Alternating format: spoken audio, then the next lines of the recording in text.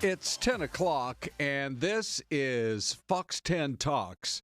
The pictures coming in from Washington, D.C., and by the way, this is just about a 3 or 4 minute walk away from the White House, where a gunman opened fire on National Guard troops who are in Washington trying to tamp down on crime, and it has been a successful effort.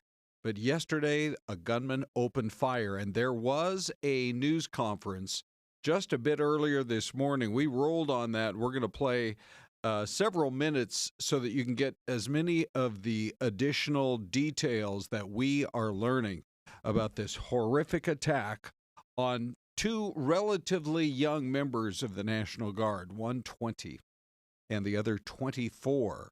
And they were serving their country with that assignment in Washington in from West Virginia. But it turns out that the gunman, according to this news conference just a little while ago, drove all the way across the country to carry out this attack. So we've got more coming up on that. We're also going to be taking you out to the Salvation Army puts on what has to be one of the largest Thanksgiving meal efforts anywhere in the country. I mean, we are talking about thousands and thousands of people being served. And by the way, for those who are homebound, they load up vehicle after vehicle with dozens of meals to head out into the community. It's actually really a touching story.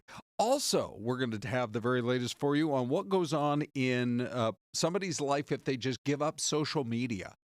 So they did conduct a test of several hundred people going off for a week, and you're going to find it really interesting, that's for sure. Hey, we haven't had a chance to roll out our poll question yet, so here we go. How would you answer this question?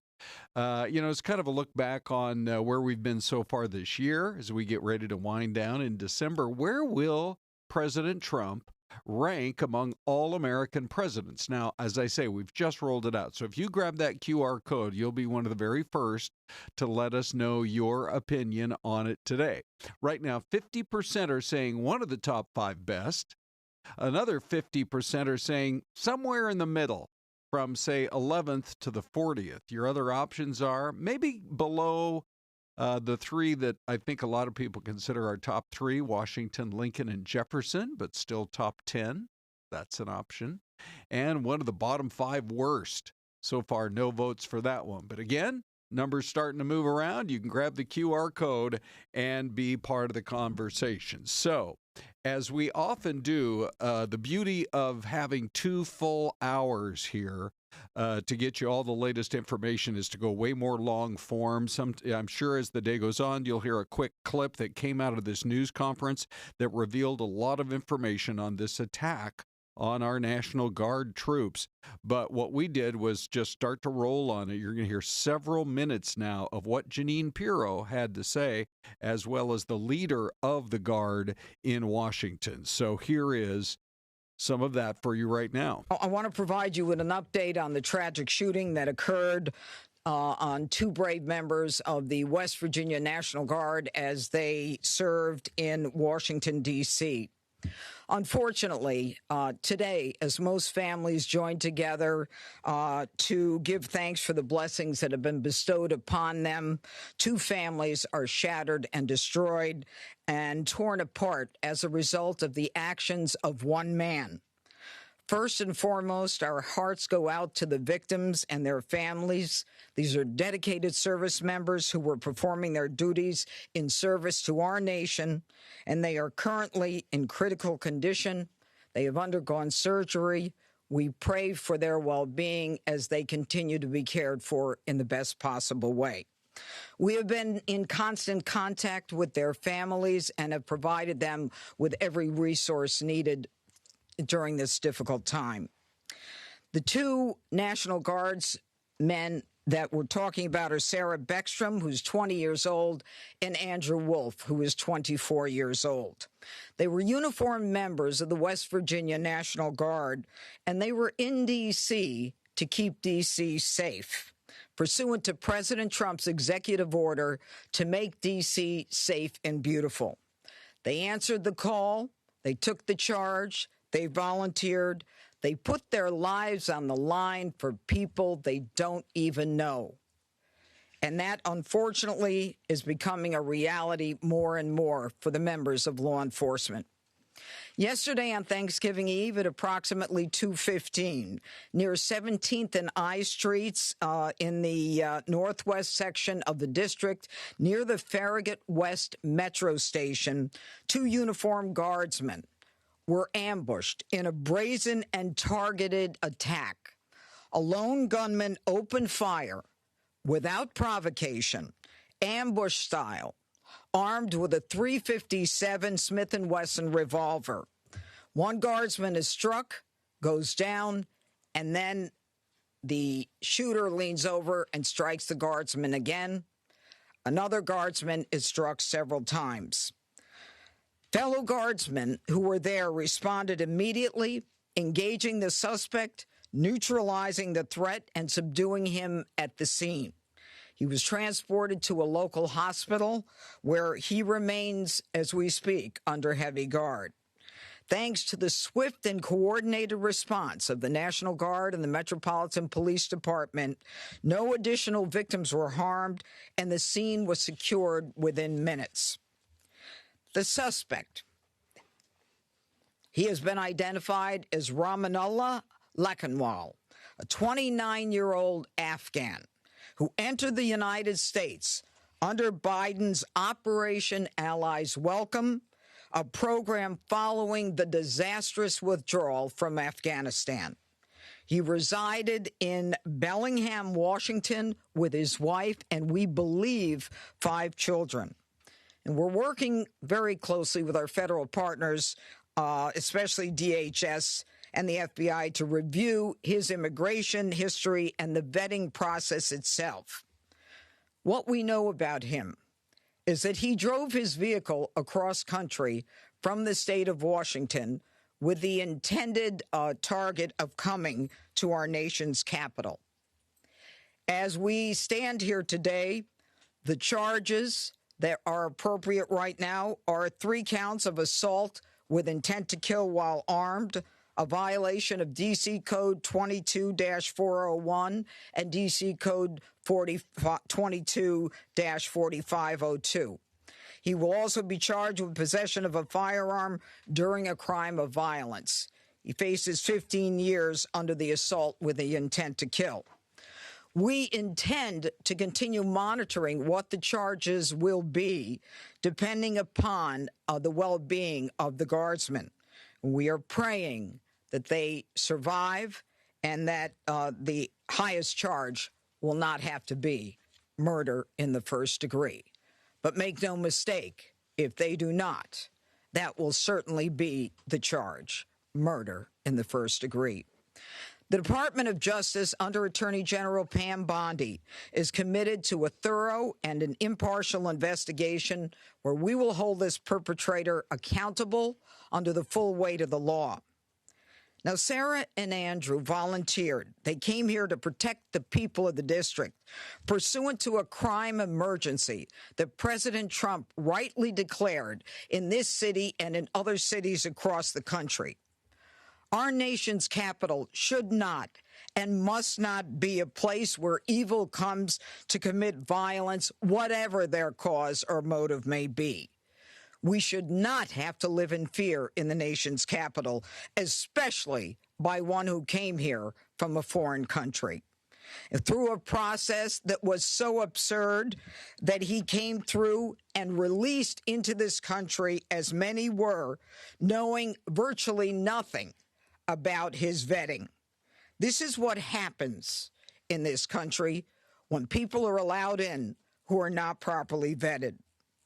These guardsmen and all who are here to protect the district are the line that separates a civilized society from a barbaric one. They are the ones who stand for law and order.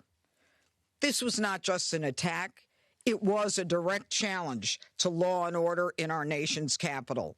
And the individual will be made fully accountable.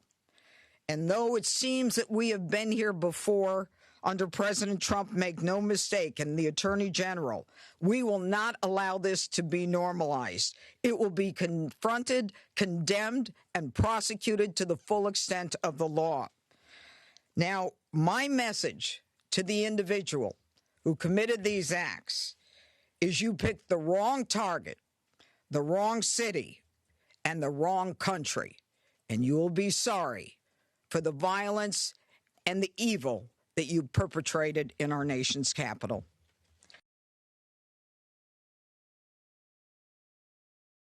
Okay, so Syleste joins as well. Syleste, yeah, we were rolling on that news conference. The fact that this gunman, the alleged gunman, drove across the country from Bellingham, Washington, all the way to Washington, D.C. is raising a lot of questions. I guess in the middle of the night they did, they got all the necessary legal paperwork and converged on his home to try to find out more. And by the way, the president is now saying that they're going to take a hard look at whatever the rules are right now regarding immigration from Afghanistan into the U.S. So this one guy's action may impact thousands of people who otherwise thought they were going to get into the USA. Oh, wow. Yeah.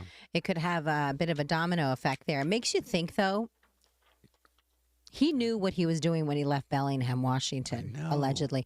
Right? So he drove from the far northwest part of the country all the way across the country to D.C., and he had time to think about his plan, right, allegedly. Yeah. And it makes you think, wow, like that's some dedication to that sort of to a that plan. Horrific kind of thinking. Yes. And why not at some point along the way just talk yourself out of the whole deal? I'm with you. Also, this story, now we learn there's a ICE connection to the story we've been covering for more than a week. The accused or the convicted sex offender accused of walking into Orangewood Elementary School and sexually assaulting a little 10-year-old girl.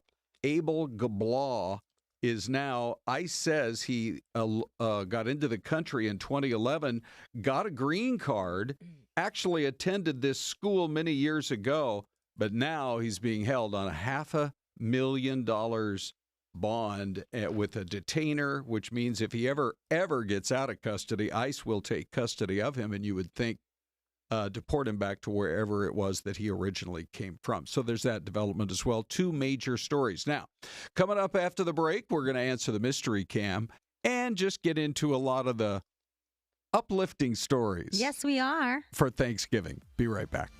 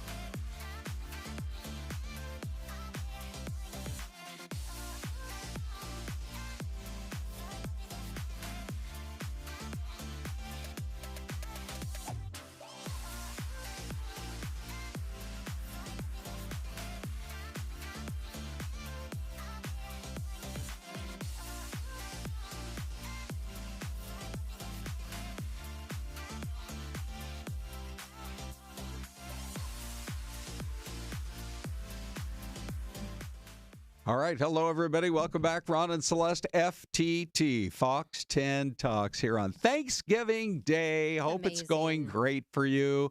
On the positive side, you know, the thing about some areas where when they get the snow is that if they don't get a lot of snow, then it starts to mix with the dirt. Yes. And the gravel. And it becomes almost like mud season. Looks like over at the rodeo grounds. And you're like, if you're living in the mobile home right there, you're like, I'm glad I'm living on the other side of this fence so I don't have to deal with mud and rock and sand and snow all mixed together. I can so relate to that. In fact, as soon as this popped up with the way the trees are set and everything else, I thought, my hometown? Wenatchee, Washington. But I don't think so. But I do think it's probably somewhere on the West Coast. So I like the Christmas, the type of trees that you see, the pines. Yeah. I think they're pretty specific. Like that's definitely not Arizona. Because the ponderosas don't look that way. True. I don't know. I'm thinking maybe like an Idaho. I like how you're thinking here because yesterday we had a NASA astronaut who's one of the smartest guys, and it was amazing to have him play along with us on the mystery cam, which by the way was in Virginia. And he's like, all right, let's see, we got a 2-lane divided highway, looks like it's pretty wide, 2 or 3 lanes. The parking garage is fairly large, probably going to be at least a medium-sized city. I mean, you could just see the wheels spinning in his brain. That was Chris Hadfield. And if you go, by the way, if you just search on YouTube Fox 10 Talks, you'll find yesterday's show. We interviewed him starting at about 11:35, one of my favorite interviews we've ever done. Oh, and he was so great. Wasn't he so great? He was. And towards the end of the interview, like 10 minutes in, Ron, I feel like he just totally opened up. We got a photo of his granddaughter. I know. So sweet. Oh, it was so great. Anyway, okay, so you're going Idaho. I'll go Washington. Let's see whatever else we're seeing from... are you seeing any guesses here? I am. We're seeing a Louis Gonzalez in Colorado. Somehow our chat has frozen from about 10 minutes ago. Oh, okay. So, I mean, which, by the way, Zeba Gamer 8951 is saying, Merry upcoming Christmas from Finland. Oh, my gosh. So we're already big in Uzbekistan. We're top 10. But now in Finland, apparently. Well, and they're like the happiest people on the planet. Every year. Every single year. So we're happy that you're here. Okay, so we do also have a Nebraska from Brandy the Bookworm. Okay. Yeah. Do we want to go with the answer? Yeah, sure. Ready? Here she comes, everybody. Your mystery camera. Allensburg, Washington, Ron. Oh, my gosh. It is like right next. It's just south of Wenatchee. Let's go back there. So it's the home of Central Washington University. Okay. And I don't know if they did they, when you were a high schooler, Celeste? I realize this was just very few years ago. Yeah. But for me, it was quite a long time ago. And they had a thing called Boys State and Girls State, where you could apply if you were like involved in student government and that kind of thing, and you could apply and go spend a week learning about government and all that. Did they do anything like that? Not really. So they did it in Washington and at Central Washington. Okay, and our director Brian King would like you to know that did you go to Helena for that, Bri? No, it was in Dillon. Of course, it was in Dillon. Wow. Okay. Oh, that's good. All right. Well, anyway, I met some friends, and we stayed friends for years. Anyway, that's Ellensburg.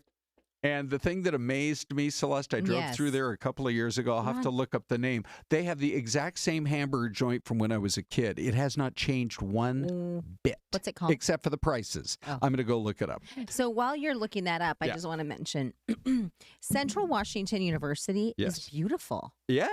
Isn't it? I just looked it up right now, and it's got like all those old brick buildings. This looks like it might be like the fairgrounds or something right in the middle of a neighborhood. Once again, why can't we get like a beauty shot? By the way, just that fast, it started to snow. I know, right? Yeah, for sure. For sure, it's going to be a very nice Thanksgiving for all of those people. And so if you guessed Washington along with Ron, you are a winner. By the way, the burger place there is, hold on, I got the picture right here. It's the Campus U-Totem. U-Totem. Yeah. Interesting. U-Totem. So it's, I'm telling you, it's right down to the If you guys want to look up Campus U-Totem in Ellensburg, Washington, you'll think you're in a time warp. That's so awesome, from like Ron. 1966 or something. It's wild. And by the way, Brian, everyone on FTT says Happy Thanksgiving. Nice. Yes, Brian's behind the scenes, working his magic. You know what? We got a Dave cam. Look, there's Bella right there.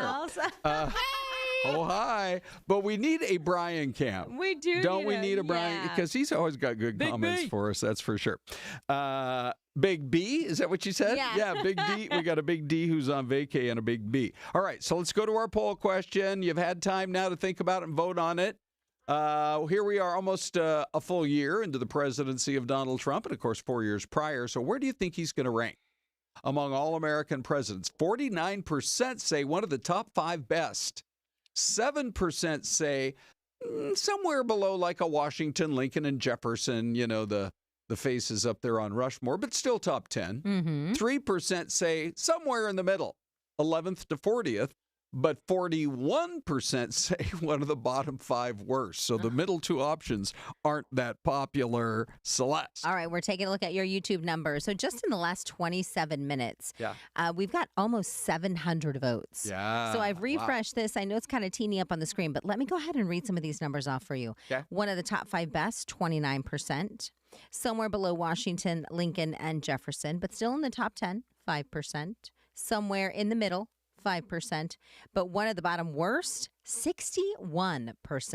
So that one is, there's a little bit of a change there from our TV viewing audience. Now, you saw her a moment ago. Let's go. It is officially the Dave Cam, but it is occupied this week by Isabella. What are you seeing for comments, Bella? You know, by the second, more and more comments are coming up, and as usual, they are very either side of the spectrum. So I will read a couple. Joel2628 says easily top 5, but that's mostly because a large portion of our presidents have been utter garbage. Someone said he's not below any president, he's the best of our time. Someone else says Trump is not only the worst president, but the worst human being America has produced. And another says, I think he's going to be one for the history books because of the fact that he is in office doing all of the crazy. All across the spectrum, these comments right now. For sure. Okay, that's really good, Bella. I'm going to slide over here, Celeste, just a little bit. Slide on over, buddy. So interesting to see that. Now, let's shift to what's been going on downtown. Yes. The prep's underway since early this morning to get ready for the Salvation Army Thanksgiving meal, which just launched a few minutes ago. But earlier, Danielle was in the kitchen showing us how it was done. And she met a dad who, you're going to love this guy. Ready? Here we go. It is. Good morning, and the prep continues. You guys can see dozens of volunteers here, very busy. They've been going since about 5 o'clock this morning, getting these meals prepared. So it is a massive production, and because of these volunteers, they're able to do it here with the Salvation Army. Jeanette, thank you so much for joining us, first and foremost, being here early with your volunteers here. This is the whole reason that this can go on, right, is all these people. These volunteers are the army behind the Salvation Army, and so we're really grateful. We have about 700 volunteers coming out today, serving in every capacity throughout our meals, so we're very grateful for our volunteers. Couldn't do it without them. Yeah, and this didn't start just today. You guys have been preparing, for weeks for this. Yes, we have been preparing, and then Saturday our chef opened up this kitchen, and we've been prepping since.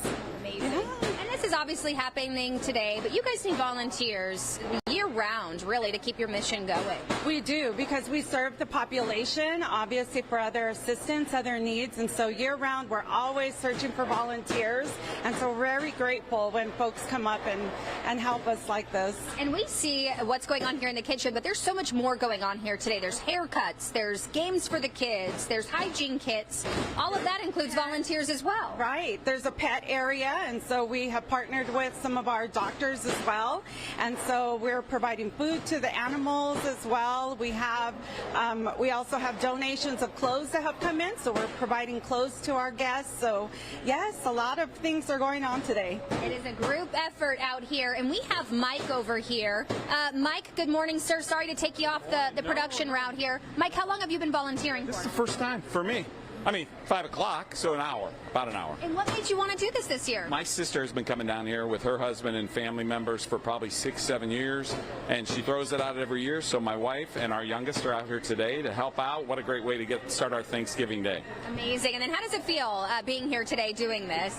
You know what? To be able to give back to people that are in need and prepare a nice meal, it feels wonderful. It gets you started for the right spirit for the day. It does. How old is your kid?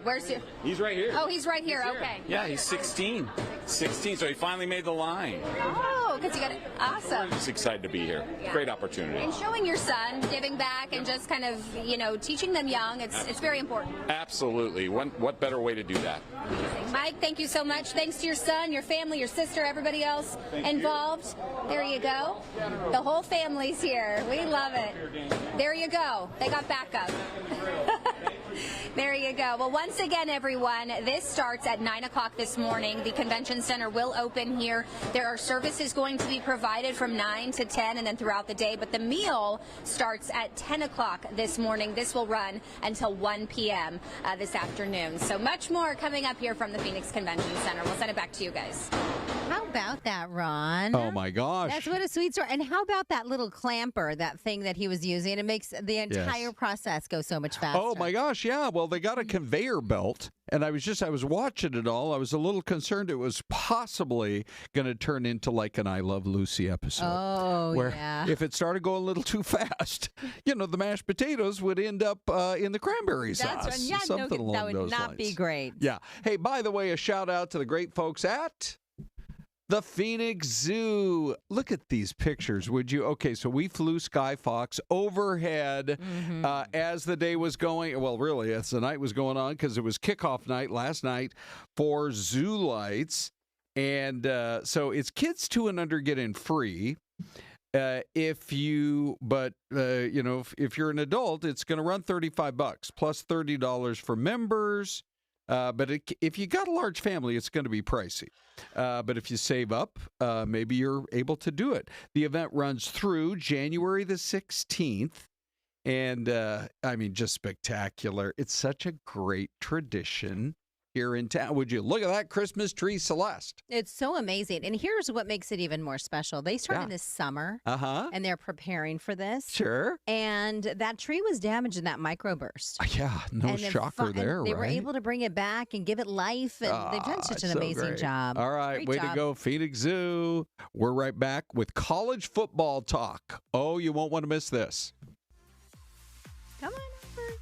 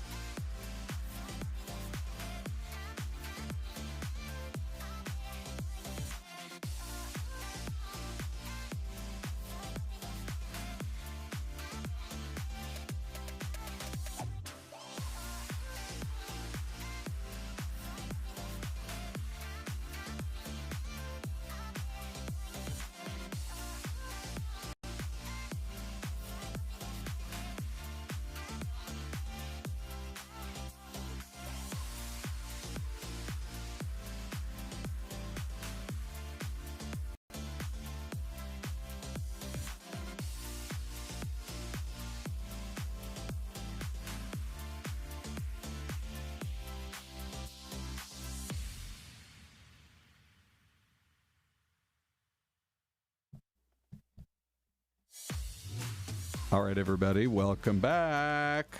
10:30. Do we have a treat for you? Celeste has been so excited for her alma mater, the ASU Sun Devils, to take on the U of A Wildcats.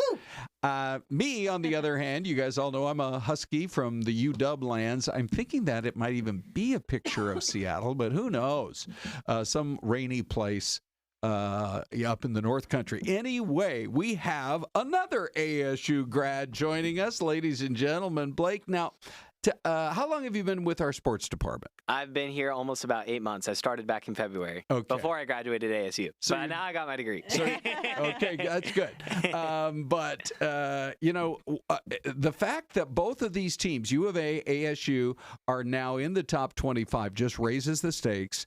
What should we be looking out for? The game's tomorrow night right here on Fox. That's right. It's right here on Fox 10. I mean, it's going to be a sold-out crowd. ASU's sold out every single game this season, which I think is just a testament to Kenny Dillingham and what he's done with this program. Yeah. But, I mean, both teams are 8-3 records. U of A's on a 4-game win streak. ASU's on a 3-game win streak.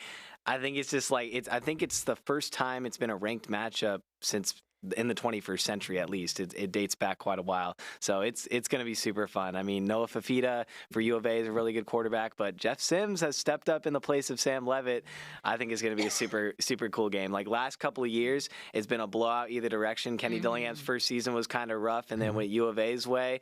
And then last year, ASU went down to Tucson and crushed them. So now I think it's like both teams are good. It's going to be a close game. Wow. I mean, you can't ask for anything better. You know, I think, is Scat going to be there? Scat is going to be there. He's going to be the honorary captain. Whoa, the crowd will go wild. Absolutely for that. wild. Yeah, I'm looking forward to seeing him. He's a good friend. I got to be there, fortunately, on his draft day when he got drafted by the Giants, and that was the most emotional I've ever seen him. Just, he was crying and just like tears of joy, like everything you work for, because Scat, for people that don't know, like he came from Sacramento, who got no Division I offers from FBS schools. The only offer he had was from Sacramento State in the FCS, went out balled there.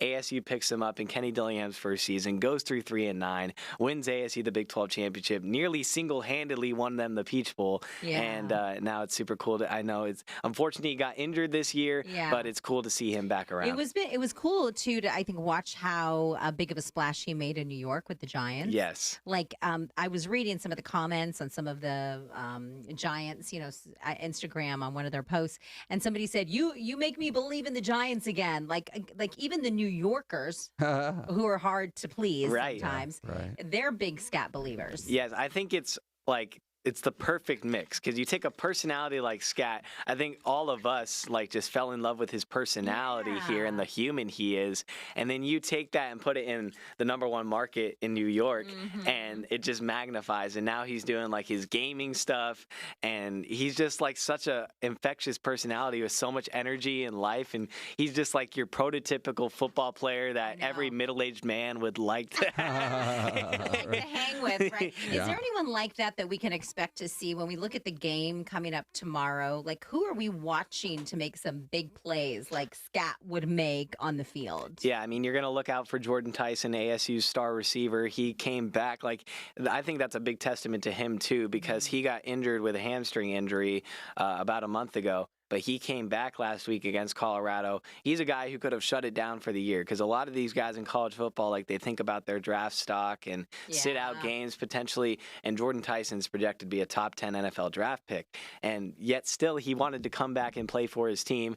I'm going to look out for him. It'll be his first home game since coming back from the injury. Jeff Sims is the quarterback for ASU's, who filled in phenomenally for Sam Levitt, has won them 3 straight games. I think everyone, when they saw Sam Levitt done for the season, they're like, oh, season's over. Right. But really, Jeff Sims has been able to revitalize this thing, steady the ship, and I think this year has been as impressive of a coaching job by Kenny Dillingham as last year winning the Big 12 championship. You lose your starting quarterback and star receiver for a significant time. It's that's hard to make up for. Well, you talk about Sam Levitt, so let's discuss this. Okay. Because it's controversial. It is. Is he actively looking to go somewhere else? Is he done at ASU? And fans are upset. Maybe you can give us the real story of what's really going on with him and where he might end up, and is ASU even in the running anymore? Well, I would like to think that I have a pretty good understanding of this topic, given my close relationship with both Sam, his family, and his brother. His brother is agent as well in a capacity, and I communicate with him as well as his parents and Sam often. And I have no indication from them to believe that he's going to enter the transfer portal. When that report came out initially from On3 Sports, it was reported that it's doubtful that Sam Levitt would return. Right. Sam Levitt's brother, Dallin, then rebuked the report on Instagram, saying, he shared a text exchange saying that this is not where things are at right now. Why are you reporting this? Mm-hmm. So I think Sam has not maybe made a decision on whether he's going to leave or whether he's going to stay. I don't know either way, but as of right now, I don't believe his intention as of Thanksgiving Day 2025 is to enter the transfer portal. That might come up later on, but right now that's not where his headspace is. He was just at practice on his scooter earlier this week on Tuesday. Yeah, we saw that. Yeah. And I was after practice, I was at the stadium doing some work. ASU's grounds crew is doing some cool stuff behind the scenes for game day. We'll have a story on that on our pregame show on Friday. Right. But I saw him on his scooter, and he wheeled across to me, said hi, and started up a conversation. That, to me, is an indication of a guy, if you're wanting to enter the transfer portal, you're going to be downheaded. You might wave and go on your way, but you're not going to go out of your way to say hi to a media member. Yeah. So I think, I don't know where his headspace is at right now, but I am pretty confident it's not he's determined on leaving. Well, in a funny sort of way, Kenny Dillingham has elevated this program to such a level that if you're the star quarterback of the Arizona State Sun Devils and they do well and you do well, you are going to attract the attention of the biggest schools in the country. So before he got injured and before the season kind of got off to a rocky start, he had preseason Heisman odds, and he was in the conversation of preseason Heisman guys, preseason first-round draft pick guys. I mean, if he didn't get injured or the season went a little bit differently from a loss standpoint, he could be a first-round pick this year. But I foresee him staying in college football, not entering the draft. He is eligible to go if he wanted to go this year, but I foresee it is best in his interest to stay in college. It would be great if he stayed at ASU. Yeah, it would. I don't know either way, but I know for sure right now he has not made a decision. I think I know you're kind of, clued into what's happening at ASU, but just to get your thoughts on this, I think, what is it, Brissett? Is he the QB2 Cardinals, right? Mm-hmm. I think it's almost like the year of the QB2. Yeah. Not just for for him at the Cardinals, for this guy with ASU. I think, who is it? Show? Is he the one at the Saints? Tyler Shuck. Tyler Shuck. Thank you. He's an Arizona quarterback, and he went to high school here in Arizona. That's right. I feel he took the place of the other guy. Spencer Rattler, another Arizona guy from Pinnacle High School. And I feel like this is almost like the year of the QB2. And how does that change the landscape on the team when those QB1s come back? Well, I think it's honestly, it's not too much of a rift, because at least in ASU's situation, and I think similarly with the Cardinals, is Jacoby Brissett and Jeff Sims are both great human beings. Yeah. And they are really loved by their teammates. They talk about it all the time. Jeff Sims and Sam Levitt are very close friends. Oh, that's great. And ASU's players are close friends with Jeff Sims, and they were through when he was the backup and had to pretty much sit behind Sam Levitt all this time. And the fact that Jeff Sims, he was the backup last year, came to ASU, transferred from Nebraska, sat behind Sam Levitt, and yet still decided to come back knowing that Sam Levitt was going to be back. Yeah. That shows a lot of humility and selflessness, and just believing that he'd get his opportunity. So I just believe stuff happens for a reason. It's hard to make out what that reasoning is right now, but Jeff Sims came back believing he'd get an opportunity. He's getting his opportunity. He's seizing it. And so then I think when Sam comes back, Jeff's going to be out of eligibility. So then if Sam comes back, it's going to be his job again.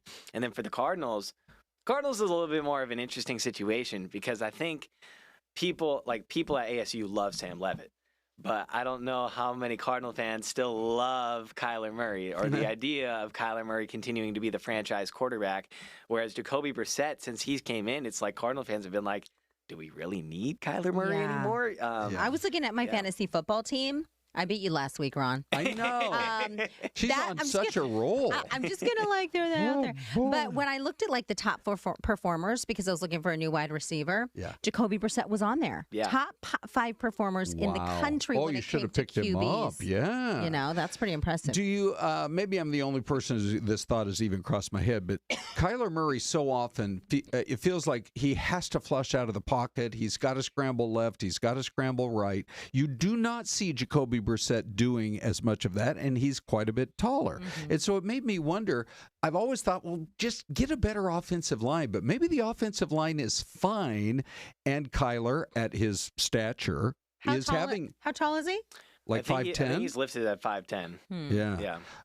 It has a little bit of a problem seeing over 6'6" linemen. It definitely is not something that goes unnoticed, and it's not something that's just a non-factor. It is a factor. Like, it does affect how you can see the field. Like, a quarterback's vision, like, people don't realize, like, quarterbacks are making so many decisions in less than 2 seconds. Like, they're evaluating the defense and reading the route of their receiver, going through who's open, who's not, and they're doing all of this stuff in like a matter of seconds, and it's really, really impressive. We only have about a minute left. I just have to ask about Kenny Dillingham. I know everybody in ASU land and Sun Devil land wants to make sure he comes back next year. Do you think he's solid enough about his love for the program that even if an LSU were to, say, stop in with, say, a $10 million offer or more, is he here no matter what, or where would you place the odds? Well, he said after the West Virginia game that he's not leaving at least for next season, and I believe he's here for the long term. His parents live 3 doors down. His wife's sister lives right behind them. They're about to have another baby boy. I believe they're here. Like, this is home for them. This has been his dream job. I believe Kenny Dillingham's a man of his word, and he's going to stick to it. Can I show you what a sigh of relief looks like? Right there. Okay, Yes. on Celeste's face. Yeah, for sure. Well, I think it's important to note, too, that, like, at some point you can make so much money, but what's the money good for? That's right. Like, if you love the job that you have and you enjoy the people that you're with, and you're in your hometown, like, even if you get this huge payout to go somewhere else, does it really matter? Well, says the gal who has just signed a $3.8 million contract here at Fox. Easy for you to say, Celeste, but for Blake and me, you got to look at Goodness, it. one of these sweet days, maybe. All right, we're out of time. Blake, that worked out so well. Thank you for coming in early. Of course. By the way, for all of you out there, Blake walked into the streaming studio, and Ron and I were like, what is happening? I know. And it was in the middle of a break, and we thought, all right, buddy, this is great. This guy's a superstar in our sports department. Yeah, you guys do a great job on Fox 10 Talks. I love it. Thank you. Okay, we'll invite you back a little more often, that's for sure. All right, Blake from Fox 10 Sports, really, really great. All right, time for a break. We'll be right back with more on our Thanksgiving edition of Fox 10 Talks.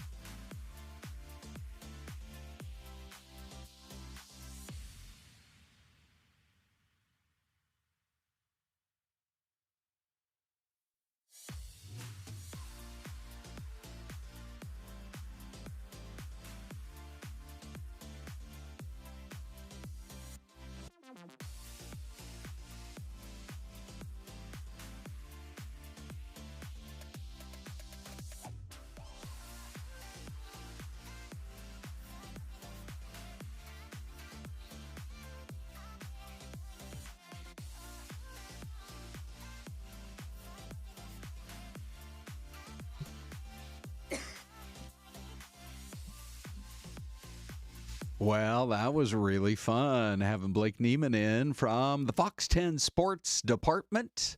And you're looking at a misty day. There are various parts of the country. By the way, Celeste. Yes, Ron.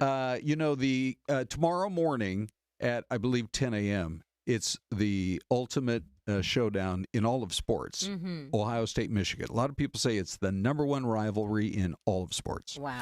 And so we're going to be watching, but it's quite possibly going to be snowing during the entire game. Wow. In Michigan. That's going to test not only the sticky gloves that the wide receivers wear, Right. but it's going to test their cleats and the ability to see the ball. Yeah. I know. Why is the pigskin brown? Well, why are footballs brown? Thank goodness it's not white or cream colored. You'd lose it on a 5-yard pass. No You wouldn't kidding. be able to see it. So I love watching football in the snow. So we'll see what happens. So that's Friday night is ASU U of A, and then Saturday morning at 10 a.m. is the biggest college football game of the year. It is every year. Hey, Bella joins us well. Good morning. Good morning. Okay.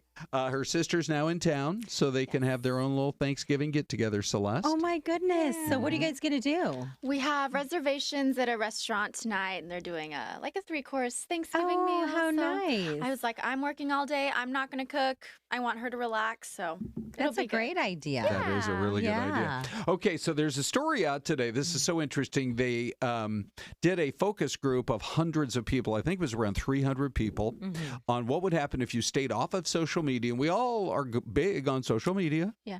But what would happen if you just took 1 week off? Yeah. And they found that anywhere from about 15 to 25% improvement on your overall attitude. Yeah. Things like rates of depression, which I think some people get so wrapped up in it, they can't get out of it. And you're constantly in this comparison game. Yes. Were you guys surprised to see the results of that? Bella, what do you think? Not at all. Not at all. I grew up without social media. And then now that I look at kids my brother's age who always grew up with social media, and I feel like the younger generation of kids have a lot worse mental health. And I think it's because you're always seeing social media. After I finished my job in Tucson, I went on like a 2-week social media break. Really? Yeah. Okay, and I just what spent happened? time with family, and I really didn't even go on social media. And I felt Amazing, so good. right? I felt so good. Yeah. How could you tell the difference? I mean, what felt different? You know, I woke up and I didn't immediately grab my phone and open up Instagram and start scrolling to see what I missed overnight. I woke up, I made coffee, I spent time with my mom and my dog. So it was good. Yeah. I think it's positive, and I might even try it again, maybe in January. Well, that's a good idea. Okay, now Besides our work, we have to do it for our Correct. work. But Yeah. outside of work, Then yes. Yeah. Don't do it too soon, Bella, because your posts on your posts on social media, I am looking, Brian, for graphics 6 and 7. This is, by the way, sorry about this. Oh, here we go. look at Here we you. go. Okay, So graphic great. 6 is Bella. Look at that. All she has to do is stand in front of a Fox 10 sign, and she gets 640 likes. Oh, so amazing. Oh, wow. Yeah. Ron asked me what my 2 favorite social media posts were that I made this year, and that's one of them because I just worked so hard to get here, and I'm just happy to be here. So that was a fun little update for everyone. We're so happy you're here. Yeah. Yeah, And we when are. We love here. having you here. When you get a like from MyLoft19 and others, Yes. you know you're doing pretty well. Brian, do we have the other Definitely. graphic from Bella? Let's see. Oh, your beloved pup I who passed this know. last year. Yeah, so even though that was a sad reason to post it, that's my favorite photo I have with him. So So Okay. sweet. Let's go look at some of the stuff that Celeste has been posting. Let's see. I'm looking for graphics 4 and 5 now. Aw. Right. So What? Look at this. This was just like an excursion out hiking. Because like I feel like that is one of the things I post things that happen at work, but a lot of what I post is stuff outside of work. Yeah. Good. Just to kind of and this was like, No phone, no music. I was hiking with my cousin, and we were taken on this trail. It was a Mormon trail. I believe it's down off of 24th Street and like south of Baseline on Camelback Mountain. Yeah. And so I just I love the outdoors. I love that about Arizona, that you can, no matter the season, like let's say it's the middle of the hot summer in the valley, you can take a sweet drive up to our higher elevations or down to Tucson, Mount Lemon, and you can hop on a trail. And that's the time of year to go up to, my favorite hike in the whole state. Well, two is the Horton Trail, Horton Creek Trailhead there outside of Payson, because that water flows beautiful. All 365 days a year. It comes blowing out of the Mogollon Rim. So I love that one. And then up in the Superstition Mountains, the Peralta Trail to the Fremont Saddle is probably my favorite. Do we have Celeste's other pick here, Brian? Look. What is happening? Oh, I also like to show about a little behind the scenes action. Okay. And that, we don't all wake up like this, by the way. This is Celeste at 6:15. I love the authenticity. Yeah. That's what we need on social media. And it was funny. It was like I had a friend say, when you walk into work, are you ready to go? And I'm like, no. If you saw me when I walked into work, you'd be like, what is going on? But when you're here, you got to 10 minutes. I need 10 minutes to get ready. Throw some curlers in my hair, some lashes on for work, just to make my eyes not look so sleepy early in the morning. Yeah. And boom, here we are. Okay. Let's see, Bri, if you want to call up my 2 social media pictures. Now, ladies, I have to say, so that is my son Jordan and me, and he celebrated his 40th birthday this year. And I also posted some pictures from when he was just a little kid. And it is just amazing. All of you who are grandparents who have kids that it's like, what happened? One day they were 6 and the next day they're 40. Oh my gosh. Yeah, time flies. Yes, it goes by so fast. And is that a UW jacket?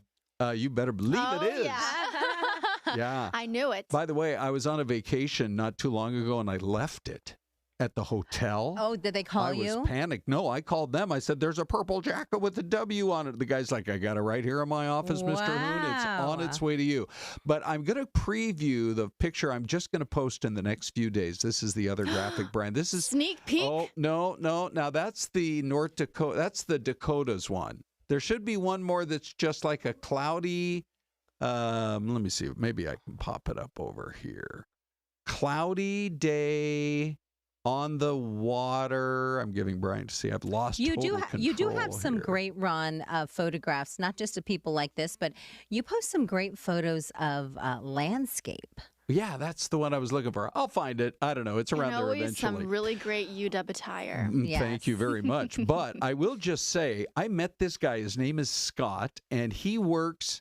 Do you see the picture behind him? Yeah. He's in charge of the rest area when you leave North Dakota and come into South Dakota. Wow. And we struck up a conversation because I had pulled into the rest area. It was pretty early. It was like 8 o'clock in the morning. This was a year ago, and I was traveling North Dakota.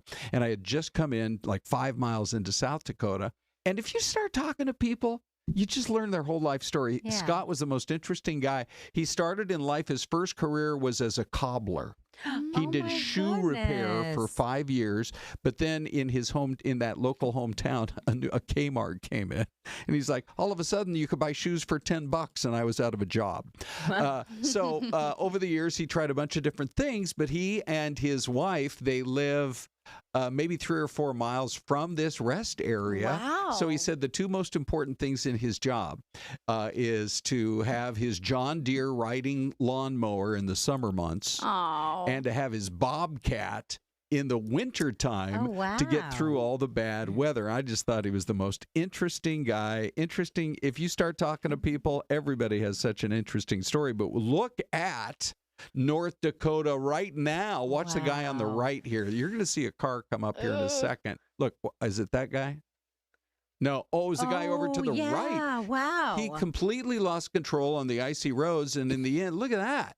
Now, the fact that they did not hit the highway patrol vehicle is unbelievable because the one truck veered to the left and the other guy went to the right. Well, you saw that guy run out of the way. Wow. This is why I love North Dakota. I could go there many, many times. But this is a pretty early start to driving like this, and it could be like this up in the Dakotas right through till spring. There's nothing to stop the storm, like no mountains. Good point, Celeste. You know, it's like, my goodness, Yeah. it's just Mother Nature just going. Yes, that's a really good point. So that's what they're dealing with there. I know officials in those areas were essentially telling people to put a halt to your Thanksgiving weekend travel. And this is the very same system, this winter system that's now blowing across the Dakotas, and it went to Minnesota. In fact, we got pictures from Minnesota. This is Duluth. Duluth. I loved Duluth. I just went there for the first time last year. It's a beautiful city. It's got more, not really high rises, but a bunch of, 6, 8, 10-story buildings that look out on Lake Superior.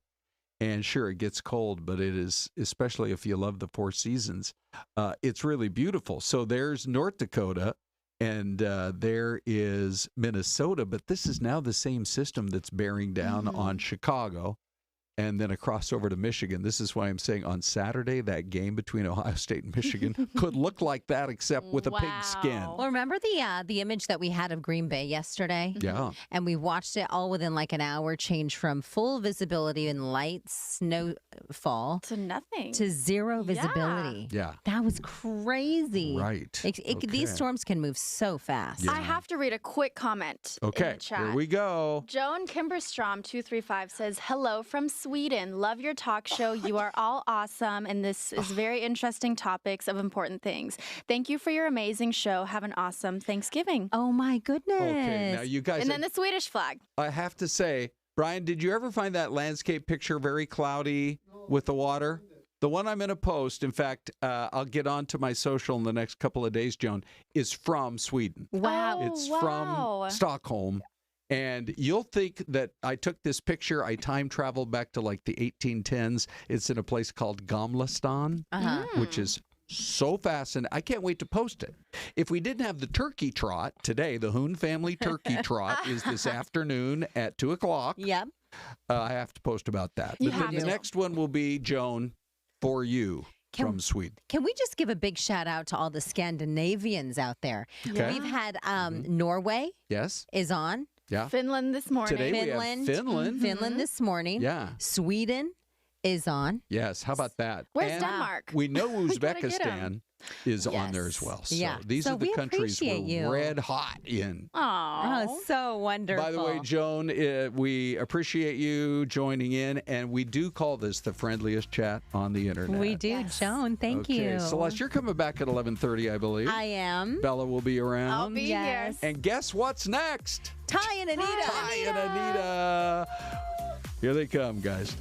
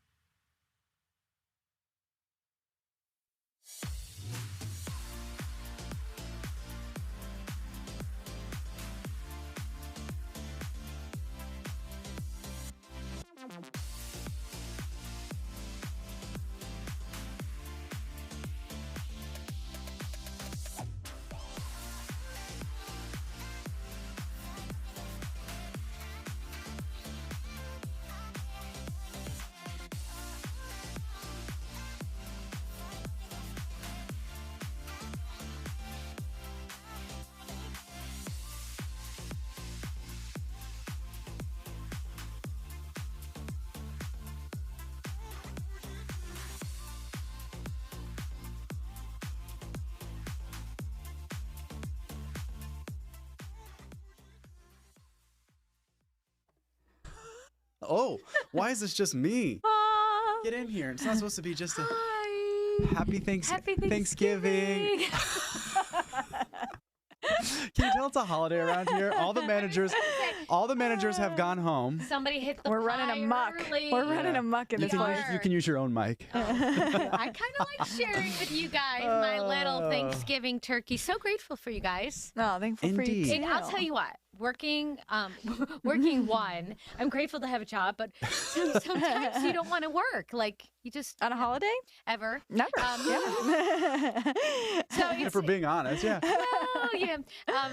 But it's so nice and fun when you come into work and you really genuinely love the people you work with. That's very true. And you can have a little fun. You can have fun and you can cry to each other and you can complain to each other and then you have more fun. There you go. So we're happy not complaining Thanksgiving. about each other. We're just complaining about usually. Yeah. Well, Crystal was throwing shade on a. Just time. All right. Well, Crystal, we thought we would bring you in because the weather. Because we have nothing else to do. Oh. I just kidding. Wow. I didn't mean that. Because the weather has been fantastic. It has and been. for It's everybody really nice that's been out. coming to Arizona for the holiday, I mean, they are really in for a treat. Not only today, but the next couple of days, right? Yeah, so the weather is quite good, really the whole holiday weekend. And then there'll be some changes, it looks like, towards the end of the weekend. But for the Valley, even those changes are going to be pretty subtle. So no complaints when it comes to the forecast. This is the hourly outlook for the rest of our Thanksgiving. We're starting in the high country, Flagstaff, your temperature about 52 degrees throughout the mid-afternoon hours. I think 54, so about the high for today. And then down into the low 40s by the time we get to 6 o'clock. So as soon as night falls, that temperature is going to drop real quickly. No surprise. As for Prescott, that temperature at about 59 degrees, 3 in the afternoon. Show low is in like the low, middle 50s throughout the afternoon hours. And then you can see Kingman. Gorgeous weather. There'll be some high clouds for everyone, which I know the icons make it look like it's sort of stormy or something. It's just high, thin clouds, which we've been seeing all day already. And then in the Valley, our forecast looks very good the rest of the day, too, which, I mean, we all have plans later today with our family. So later today looks so nice. 71 degrees at lunchtime, 75 by 5. A forecast high of 77, so right around that area. And then 10 o'clock tonight, we're dropping into the middle 60s. Look at that turkey in the background there. Did you make that? Oh, there it is. But wait, why are all the wine glasses empty? Because I already drank them. I would say they've been drinking for a while. Did you make this graphic, or is this come stock? This is a stock one. I was like, Imagine I made a turkey. That'd be. It's still more impressive than I can do. Okay, Martha Stewart. But wait, hold on. Can we go back? Yes. What is? Okay, so I see the gravy up there on the top. Oh. Stuffing. That's stuffing. What's that on the right? Oh. The sweet potatoes. Oh, maybe you're right. Oh yeah, or maybe like a soup, maybe like a butternut squash soup. Oh, okay. But for a fancy there's no meal? bowls there. Oh yeah, you're right. So it's got to be sweet potatoes. And then are those pancakes? Those are rolls, clearly. Okay. Listen, whoever made this graphic did a great job. This came from the Weather Company, which is the system we use for our weather graphics. They did a great Shout out to job. them. Yeah. They're also working on Thanksgiving. They are. I just like to, It's a fancy chandelier, too. I did make some edits to this graphic. Oh, okay. Which is the territorial cup forecast for tomorrow. I'm the only one of us here that's a Sun Devil or a Wildcat. Yeah. I am a Sun Devil, so go Devils for tomorrow. Yeah. Oh, we got another. Oh, Isabella's a Sun Devil. Yes. And the forecast looks really good for the game tomorrow for folks. The kickoff's not till 7 over at Mountain America Stadium, so this is in Tempe. 67 degrees around kickoff, mostly clear sky throughout the night, and then the end of game, 64 degrees. Did you notice I strategically put Arizona State on the kickoff side because I knew the temperature would be warmer at the start of the game than the end of the game? I wanted U of A on the lower point side. So the forecast should be great for folks that'll be out and about. As I always say, make sure you're drinking water along with any other beverages you might be drinking there. Listen, I went to ASU. And then rain chances start to pick up just barely. I've been tailoring these back day by day. And I've been warning each day too, like, I'm not super sold on us getting the moisture. Not impossible. There is a chance, but it's a fairly low chance because the system's going to be running to the north, so it kind of skirts by us. But Sunday night into Monday, 10% chance for the Valley. A little better chance for a rain to snow shower mix over our higher elevations, and you can see that here. So on the Futurecast, this is through Friday into Saturday. Nice storm system takes shape. Look at that, though, in the middle portion of the country. Yes, which if people are trying to travel home Saturday, could be some issues with that guy, as this is a trough, so an area area of like more mild, cool air is dropping down from Canada across the U.S. So it drops the storm track our direction, but just how far south is going to determine how far south that next storm system, which comes in Sunday right there, can make its way to us. So this is Sunday midday. This is Sunday afternoon. A few showers, rain for the most part in the far northern part of the state. And then you can see overnight and on into Monday morning how it runs along the northeast edge of Arizona. So again, I'm backtracking here, but you can see kind of skirts by the valley. That's why we'll leave at least a low chance, but it's not a great chance for a little moisture. But it will drop our temperatures as we head through next week. So instead of being in like the mid-upper 70s like we've been, it'll be more like upper 60s by next week. I love that. Yeah. So if anyone is planning to do like a zoo lights or Christmas at the Princess, the weather's really good this overall. weekend in the evening. Yeah, weekend should be awesome. Someone said, Louis says, you all look so comfortable today. Tell about the reel that you guys are putting together. Crystal and I actually have actual. Which way should I go? We have actual stretchy pants on. Yeah, they are ready. I did not want to partake in stretchy pants. We brought our stretchy pants. I'm putting together right now a little reel. If you've seen like Instagram or TikTok or any of those social media sites, the influencers that talk about their clothes and they'll do the cool transitions where they have like a jacket and they like hold it and then they like hit themselves with it and all of a sudden they're wearing it. So I wanted to try to do that. A lot easier to see than to do. Yeah, it's tough. We shot like 100 versions of it, but I think it's coming out okay. So that'll be on my Instagram. You also posted a really fun reel yesterday. Oh yeah, that was a funny one. Yeah. What's your handle so folks can go check it out? Oh, it's crystalortiz.weather. Okay. Is my handle. So yeah, if people want to find it, I'm trying to edit it for by the noon show. Anita Roman, Fox 10. And mine's just Ty.Brennan. Nice and easy. Oh, a dot? Yeah. I didn't know you had a dot. Yeah, I got a dot. Why'd you put a dot in there? Because you can't put a dash. I don't know. Someone has a question. Oh, Go okay. on. Do you want to try to answer? I mean, you're really good at weather stuff. You're meteorologist. Yeah. How does barometric pressure affect rain chances? I know the pressure affects my arthritis and.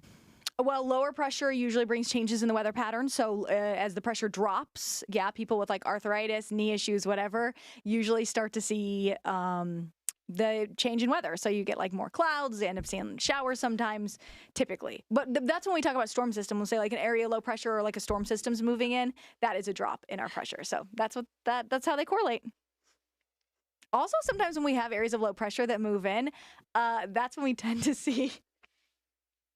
We've been having the giggles all day, and we can't help ourselves. Anyways, let me see here. I'm looking at the rundown because we've lost our anchors at this point. But sometimes people have headaches when they have areas of low pressure movement too. My mom used to have issues with that. Do we have a package we can go to? All right. The stretch lab? Yeah. Let's do it. All right. Let's talk stretching for Thanksgiving. Yep. Whew.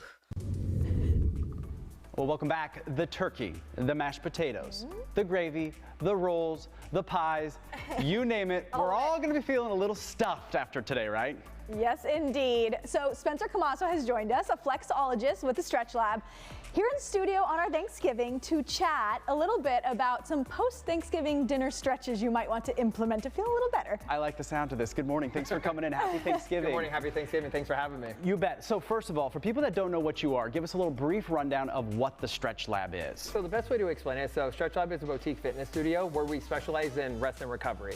Our main attraction is a one-on-one assisted stretching, although we do offer other forms of rest and recovery as well. Now, is this for athletes or for anybody who maybe just wants to get a little bit more flexible? Everyone. Okay. So, I mean, it can go from athletes to people fresh out of surgery, knee replacements, hip replacements, people kind of like all three of us, just wanting to be a little bit more limber, a little bit of everything. It's like a good partnership between like maybe you hit the gym a certain number of days and then you hit you guys a few number of days. Absolutely. Yeah, because that recovery is also so important for people that are kind of doing any type of workout, really. Of course, right? almost more important. I mean, recovery is what's going to keep our bodies going for longer and help rest and get a little bit better.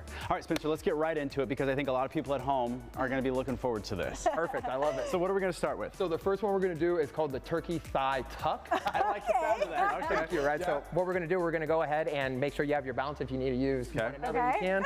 So we're just going to grab one of our feet. Okay. And we're just going to pull that foot to the glute, and then if you want to make it a little bit more intense, you push the hips forward as well. Oh, gotcha. Yep. So you help stretch out that quad. Okay. Yeah. Loosen up the belly a little bit. Well, that does. Yeah, you know. A little bit. I got some extra room now, Spencer. Extra pie now. All right. Yeah, I'm thinking after a bunch of pie, this might be a lot harder than it is currently. Sure. Woo, it's already a How little long hard. should you be holding each of these maneuvers? So, I mean, one for as long as you can balance, or 30 to 45 seconds. Okay. For the sake of TV, we'll just switch legs. All right. Perfect. Yep. Okay. And then we'll say we did that. What's our next one? So the next one is going to be the too much food forward fold. Oh, too much food forward fold. Been there.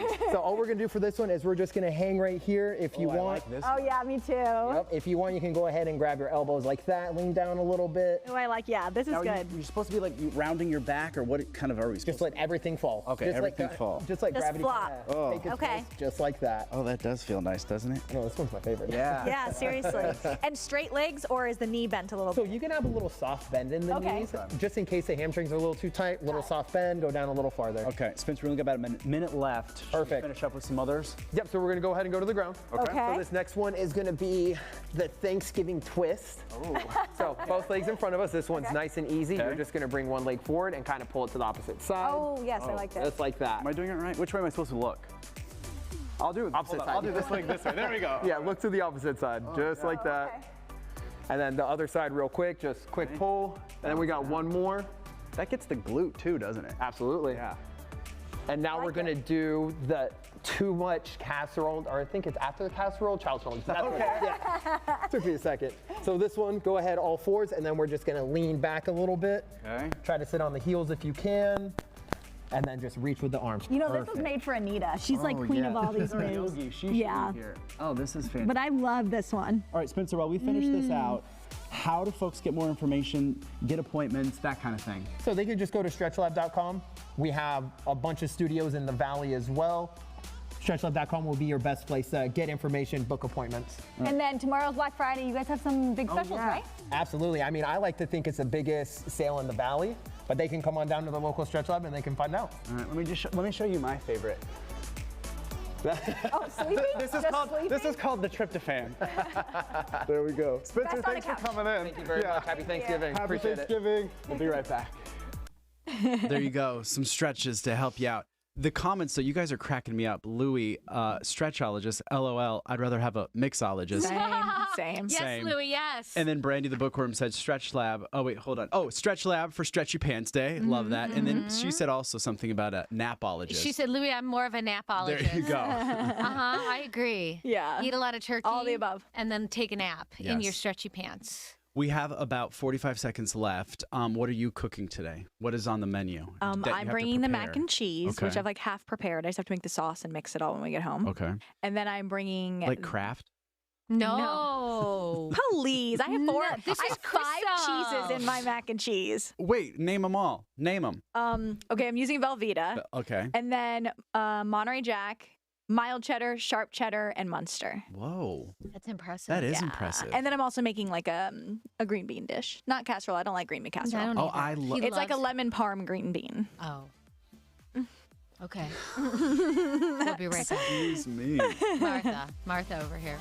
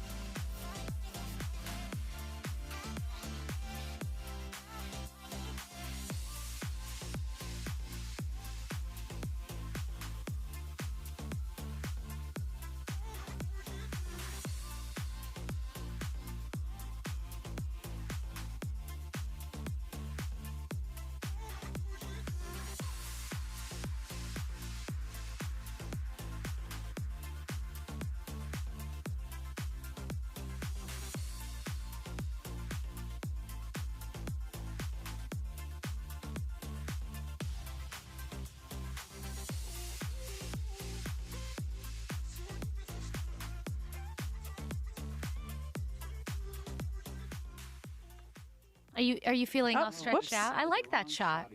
Oopsies. All right. So what are you making? What is on the menu for you? Just the staples like turkey, stuffing, mashed potatoes. I do just a sweet mashed potato. I don't like it with all the stuff. But okay. No marshmallow. I put like. I'm with you. I'm more of a savory. No okay. I don't like a whole lot of sweet stuff. Cranberries. I make them out of the cranberry. I cook it, not out of the can. Oh, like you boil actual Yeah, cranberries? I like Ooh, that. La, la. Fancy. Wow. And then stuffing. Did I say green beans and corn? And green beans and corn. Well, Johnny likes corn. I like green beans. So what I do is I melt down butter, and then I put slivered olives in the butter and brown them. And then breadcrumbs in the butter. So it's like almost like a little sauce that you put over the green beans. I'm doing something similar, but with olives. No, almonds. Oh, did I say olives? And I was like, I was a little weirded out, but I was like, real hey, salty. I'm telling you guys, the brain farts are real. Almonds, sorry. Got it. Slivered Okay, yes, I almonds. have heard of that. See, Brandy's I didn't even know. asking now that because I'm a vegetarian, what do I do for Thanksgiving, Christmas, holiday meals? All the sides. Yeah. I love a good Which is the best part sides-giving. anyways, if we're being real. Mashed potatoes, can't get enough. Stuffing, love it. And Out of the box. yeah, I love like just the cheap stovetop. Like the best. It's the best. And then You like the green bean casserole. casserole. with the You do crispy like the green bean onions. casserole. I'm not into it. I don't think I've ever had it. I've had it a few times. I'm just Oh, I don't and hate it, but I Louie's don't love asking it. what socks I'm wearing today. They're kind of boring. I don't have any good like Thanksgiving socks? No, I I need to better get buy some. you some I would Santa say, socks. well, These are we know what These are Ty sharks. needs. Just some sharks. Sharks. Yeah, for Thanksgiving. Wait, should we tell the story of Ron's tie? Oh gosh, okay. What happened? So Crystal, This was completely we my come fault. out to a 3-shot.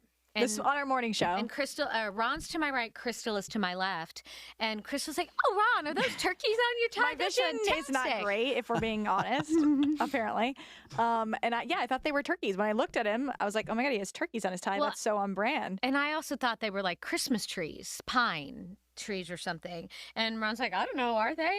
And they're ducks. They're little mallard He ducks said, in what he directly bushes. said was, well, yeah, they're a bird. You're in the right vicinity. So then the next block, we zoomed in on his The tie. Yeah. You got a And better it's like look. save turkey. Don't eat the turkey, eat the duck. I mean, it's I don't know. Ty's like, I country, won't do eat what you either want. of Yeah. I don't know. I did find you some Santa socks for. No, I have Oh. Christmas. I have Christmas. You just need socks. Thanksgiving ones. Yeah, and I have St. Patrick's Day. Okay. Do you have Halloween? I have like skull and crossbone. Oh, yeah, Does that counts. count? Yeah. So you just need like a I need a turkey or Thanksgiving like some fall sock. leaves or Yeah, something like yeah, that. yeah. Okay, good to know. You keep looking. Okay. All right. In the meantime, obviously, this is kind of the time of the year where lots of people go on vacations. They're traveling. So, what do you do to make sure that your house is prepared? Tom actually spoke to the Peoria Police Department a couple days ago about what you should do if you're traveling. And some of these police stations, or rather, police Departments. That's the word I'm looking for. It's okay. I said olive instead of almond, and I had no idea I did that. They have That's folks some programs that you can kind of let them know that you'll be out of town. So they keep an eye on your That's house. actually So really this nice. is what Tom has to say about keeping your house safe during the holidays. Yeah, good morning, guys. I got my rain jacket on. I got a lot of Irish in me because it's not raining. I'm out here with Officer Bill Kennedy. Bill, good to see you. How you doing? Tom, how are you today? He's a Chicago guy, Bears fan just like me. Yeah, he's a total Chicago guy, so we hit it off right when we got there, even though he is a White Sox fan. But, Bill, I like what we were going to talk about. The city of Peoria actually has a program. If you're going to be going out of town, you guys can actually keep their house safe, can't you? Absolutely. So, I mean, it's not a guarantee with anything. But we do offer a vacation watch program. You can sign up for that, fill out a form online at peoriaaz.gov/police. It's a form online. We have volunteers that will come around and they will watch over your house periodically. And if they see anything unusual, then they'll reach out to us, the police department, and we'll come out and investigate. And if there is a crime or we suspect something, then we'll do a full investigation and let you know what's going on. What a great sense of security that'll give you. Well, let's take a look at this house over here. Now, a second ago, these lights were on, which is probably a pretty important thing that you also encourage, isn't it? Absolutely, yes. Yeah, we like to see people use their lights. If they have a security system, arm them. Motion lights are pretty big now. Those are all great things to deter people from coming into your property or potentially breaking in or something like that. My dad is an electrician, and he always used to say a $2.50 light bulb was the best security he ever bought. Absolutely. You put it on a timer, and it's great. How important are the Ring cameras and cameras on houses? So cameras are great. They allow us, if something does happen, especially with like your neighbor's house or something, usually they cover more angles than you think. Cameras are a great tool now that we use as law enforcement all the time. Usually picks up people who don't think they're on camera because they're in great spots. So we love to see them on houses, and they can help protect them. We've seen the video of the porch pirates. What can we do about that? So a couple different things. One, obviously having a camera system, being available for when your packages are going to be due, scheduling them for when you or someone in your household is home. We have a couple different things with the new technology too. I know garage doors can be programmed to open through Amazon, where they can place the package in and then close the garage door. Having, like I said, neighbors to maybe pick up a package if you know you're going to be out, that's another good thing too, to keep it from sitting on the doorstep all day. So important to let your neighbors know. I do the same thing. I say, hey, feel free to park your car in my driveway if you want. Absolutely, yeah. We like to, have people visible in the neighborhood, always be watching. That helps us out. We get a lot of times our calls come in from what we call a third-party information, where they say, hey, something's going on at my neighbor's house. I know they're not home.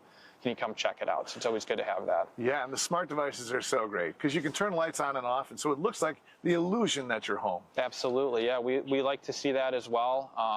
Having the possibility of someone being home, and even if you're not, will usually deter someone from coming up to that house. Yeah, and some of the basic stuff, just some very basic stuff, is just keep all your windows and doors locked. It sounds so simple, but that's like so crucial because sometimes they'll just come up and check your door. Absolutely, yeah, and we understand people get busy, especially with kids or the holidays. Everyone's excited. They want to go see family. They want to get on the road. Just always remember, double check it. Make sure if you got that smart device, you can always check on your phone if you're out of town or something. Hey, everything's armed, everything's locked up. Especially if you got a two-story house, lock those upstairs windows as well. Yeah. Make sure, because someone could put a ladder up. Oh, heck yeah, they'll use a ladder. Officer Bill Kennedy, good to meet you, man. Chicago guy, Bears fan. By the way, you guys, this was his first live shot ever. Didn't he do great? You did a great job, Bill. Thank you, guys. I know. I know, isn't that great? Hey, one last thing I want to tell everybody. Don't advertise that you're out of town. Just don't advertise. Once they see that you're at Niagara Falls, then they know you're a long drive home, and then they can just rip off your house. So don't advertise. Some good tips there from Tom. It's a nice service, isn't it? Most police departments will do that. All you have to do is really call cool. ahead and they let them know. Yeah. All right, so we're talking about kind of weird foods that maybe people, maybe not weird, but maybe peculiar, untraditional. That's a better word. Non-traditional. For Thanksgiving. And you said you have a couple. I have a couple, yeah. Okay, so I've got one from my side of the family and one from Josh's side of the family. But on my side of the family, my mom, I think before I was alive even, like her family's done this, made turkey dumplings. Oh. And it's like my favorite part of Thanksgiving. Like I'm thoroughly excited for tomorrow. Wait, is it leftover? No. Like this is part of the. So my Okay. mom uses the broth from the turkey, and then she makes these like dough dumpling situation, which is just like flour and broth, I think, and whatever seasoning, and then she boils it in the broth, and it turns the broth into like a gravy. Basically, as it like melts into it. So it's like this gravy dumpling situation. It's so good, and like since I was a kid, it's like my favorite. But I've never heard of anybody else eating it, and I think some people think of dumplings as like circular. Yeah, that's what I'm these thinking. are like thin, skinny little strips. Almost think like a Can you take a parpadelle. picture of this? And post it or bring it back tomorrow. We need to see this. Okay. Because I can't picture what you're talking And then about. in Josh's side of the family, which is when I knew I needed to marry into the family, is this dish because it's so good. They make Josh is Mexican, so they make a lot of like different traditional dishes, and one of them is this. It's this rice, and I can't get it right, but his aunt makes it, and it's like a creamy rice situation. Not so creamy that it's wet, but like creamy rice situation. Then it's covered with green chilies and melted cheese on top. What kind of rice? Like a white rice? Like a white rice, but that's so hard to make. Oh my gosh, it's so good, and I've tried to replicate it, and I just cannot do it. But that one, I love that one. Like I would eat a whole dish of that. My dad's mom would make lasagna. I don't know how if that's for Thanksgiving or Christmas. Yeah, for Thanksgiving. Are they I've heard Italian? about it for Christmas. No, we're Polish. I know, but I was like wondering if there was like some sort of Italian. Well, my uncle married an Italian lady, so my aunt's Italian. Maybe she made it for her. I don't know. Interesting. She would always have lasagna. Nice. I like lasagna. Pretty traditional in the Brennan Pretty traditional household. over there. Yeah. That's okay. Do you have any good Thanksgiving memories, like your favorite or something that happened? Any family fights at the dinner table? My mom always hosted Thanksgiving, so growing up, as soon as I was able to help in the kitchen, I did, and I think that's why I've taken over hosting. I love Thanksgiving. I love that. Yeah, you said it's like your favorite. Yeah, I mean, Christmas is phenomenal. It's great. Yeah, but I love the whole season, and I love the fact that it's not about gifts. And it's not about, trying to find that perfect something. It's literally just about the food and hanging out and enjoying. And whether you like football or not, you're watching the parade or you're watching the dog show or you're watching, you're making memories in that way. Yeah. Okay, I actually have a story. Oh, go on. And Ty, this might hurt your heart. But when you're younger and we're in TV, well, even now, but at least now we have family nearby. But when I was younger, I worked in Philly, which I loved Philly, but I had no family out there, nor did Josh. So we would do Friendsgiving with other people who didn't have family in the area.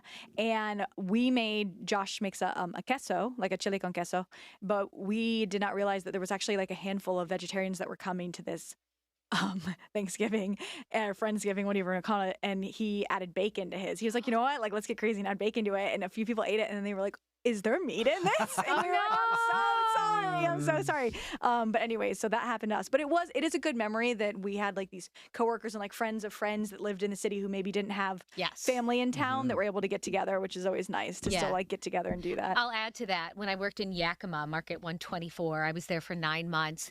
My parents flew in on Thanksgiving to spend it with me. And I went to, I don't know, Costco or Sam's Club, whatever we had, got a little turkey. I had enough for 3 people, I thought. And as I was leaving the newsroom that afternoon, I said, anyone who doesn't have anywhere to go for Thanksgiving, come on over. Everyone knew where everyone lived. I think I had like 10 or 12 people. No. And we had enough food. We had just enough. It was like that Christmas, like everybody that take one tiny slice of turkey. But I mean, we had people like sitting on the floor, on the couch. We had a table for 4, and every year on Thanksgiving to this year, 2 of the guys who came over still messaged me and said, we remember your Thanksgiving. I love that. I think that's why I love it so much, because it was about just being together. Yeah. My sister came home from college, and I was always excited when she came home from college because she and I are 13 years apart. So it was kind of like always fun when she came. And she was bringing all of her friends to Thanksgiving. And it was freezing cold and snowing this Thanksgiving. And so my dad was like, well, I'm going to start a fire. And we had kind of like there was 2 floors. So there's one with I know, I'm going to try and get the story done in 30 seconds. Anyway, he forgot to open the flue. Oh, no. And so the whole house filled with smoke. So we had to open all the doors, and then everybody came in. They were like wearing their winter coats. Like, we're never going to the Brennan's house for Thanksgiving again. Still freezing in here after my dad forgot to open the flue in the fire. So there you go. Well, hopefully your Thanksgiving is going off without a hitch. You're surrounded by friends, family. Thanks so much for being part of our little Fox 10 family here. See you tomorrow. We'll see you tomorrow.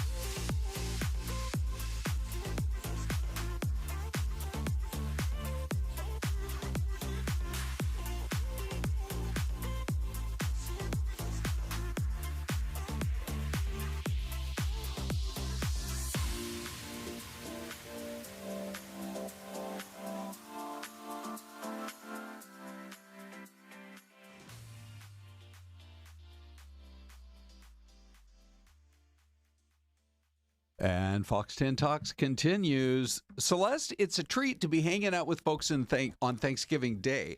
I think primarily because we have some of our regulars and we have a lot of new people watching today. We do. Who did we have? We had from Sweden. Joan from Sweden. We had Finland, someone from Finland on earlier this morning at around 10 a.m. Right. This is so amazing. And we have Al, the tennis pro. A happy Thanksgiving, dear friend. Okay, it's good to see you all. Yes. Okay, so I just love all the chat that's going on. We call it the friendliest chat online. And so I'm Ron.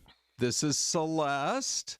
And we're glad that we get a chance to hang out with you guys. We hope you're having an amazing Thanksgiving. The fact that you're working us in, or maybe just listening in the background while you either work on the turkey meal or get ready to go out and have one somewhere else. Absolutely. Like Bella and her sister just going to go to a restaurant. Yeah, and you know what? If you have maybe you're working today and you're fitting us into that. Hopefully you're going over somewhere else and they're going to cook up the bird for you too. Yeah, you know, after working a good long day, you need a little rest and relaxation. Yes, you really do. Now, let me tell you about some of the folks that are working the hardest.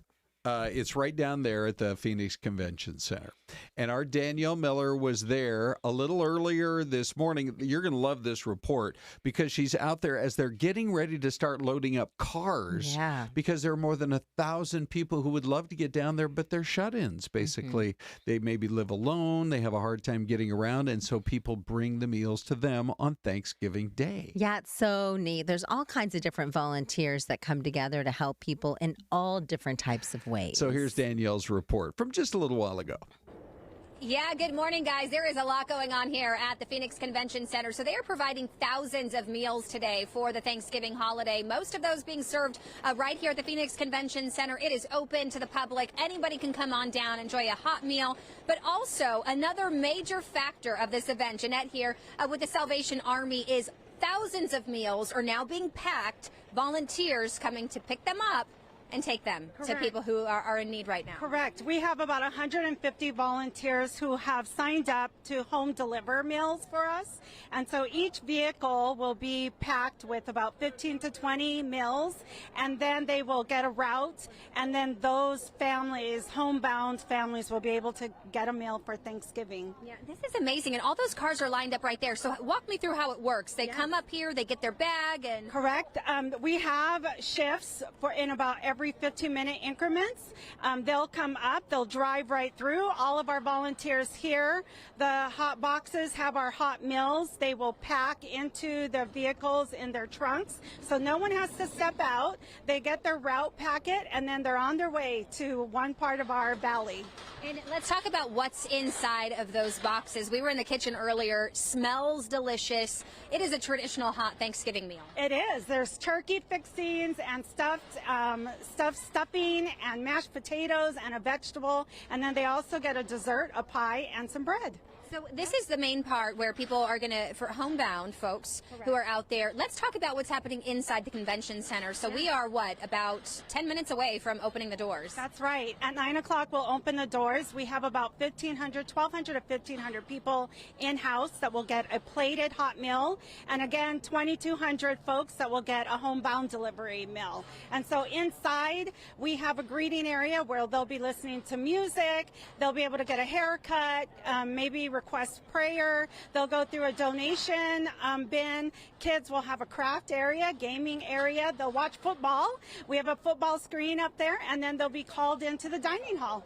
And that starts at 10. The food is being served from 10 to 1 here today. Okay. 10 to 1. Families or individuals can come in.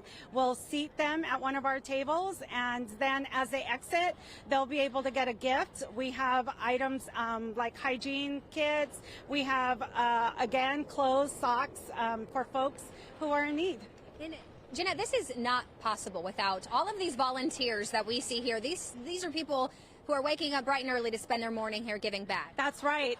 Today alone, we have over 850 volunteers. This is one of the stations.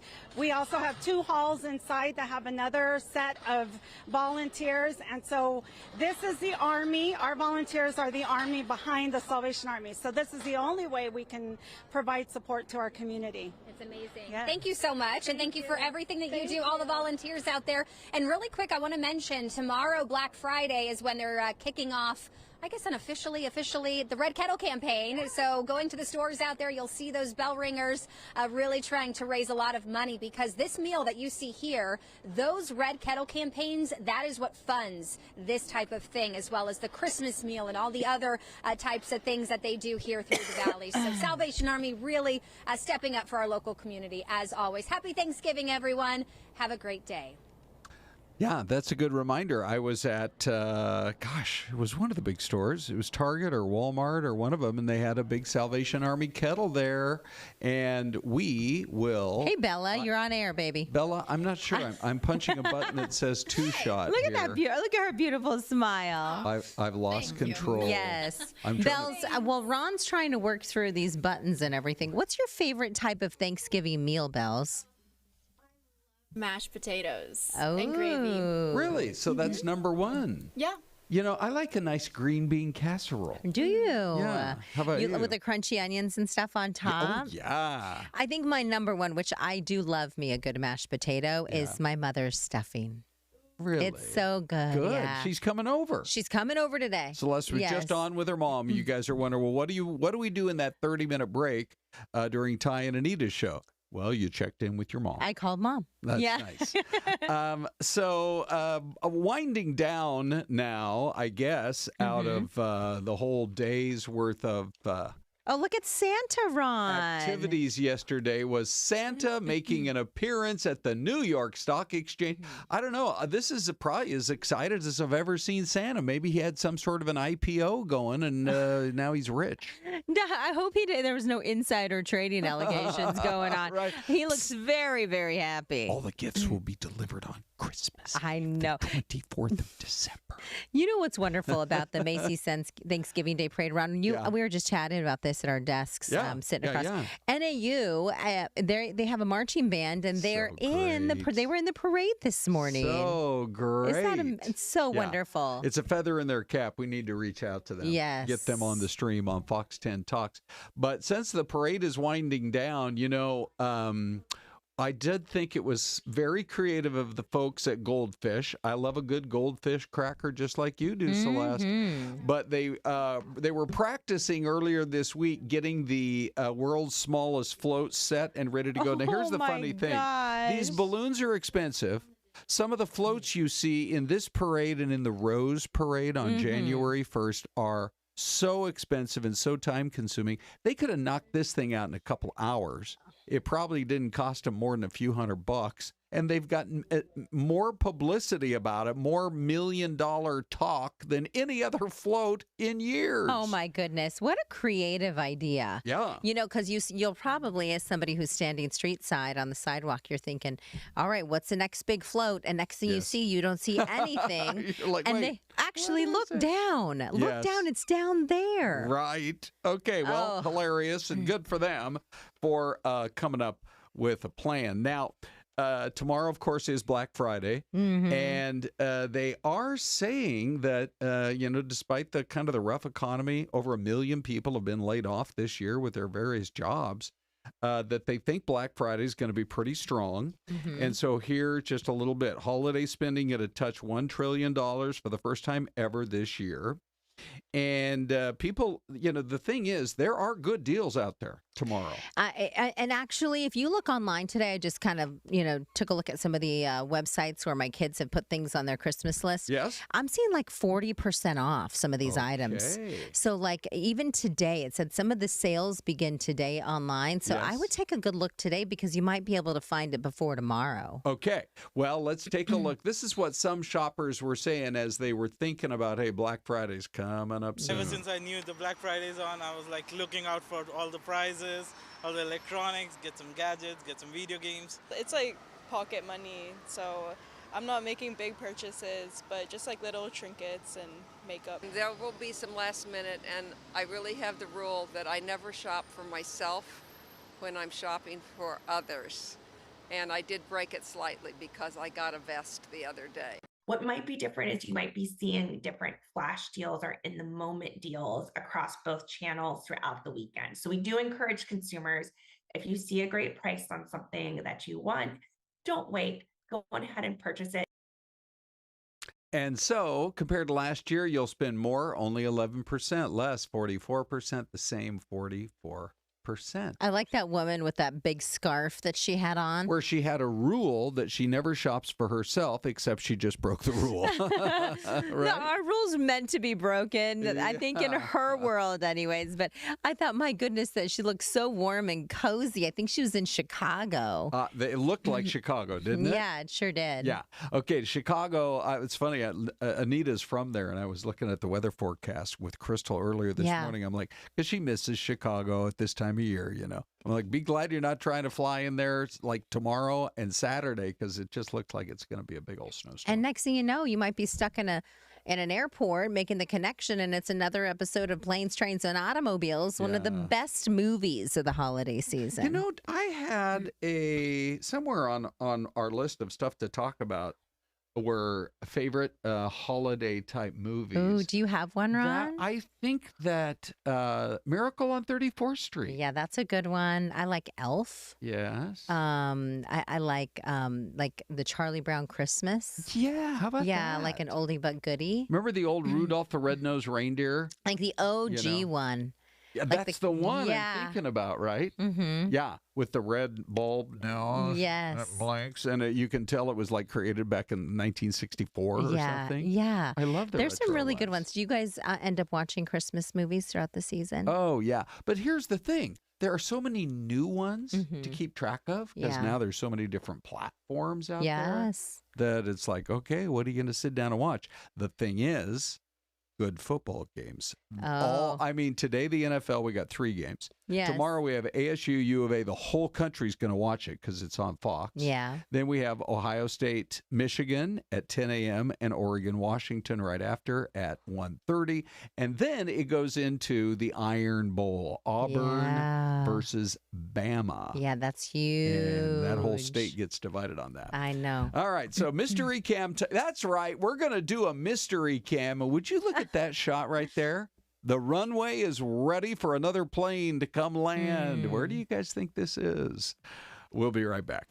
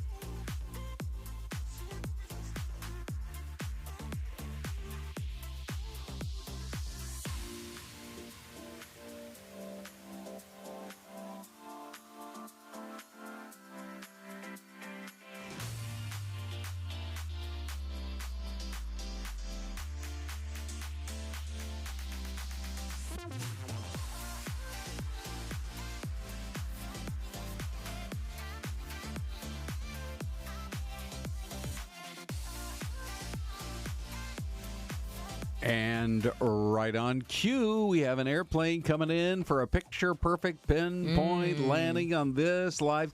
I'm constantly amazed, Celeste, that we have more cameras that we've never seen before. And I love this angle because it gives you the view the pilots see right before they come in for their landing at what is obviously a big airport. I'm going to say Oklahoma. Okay.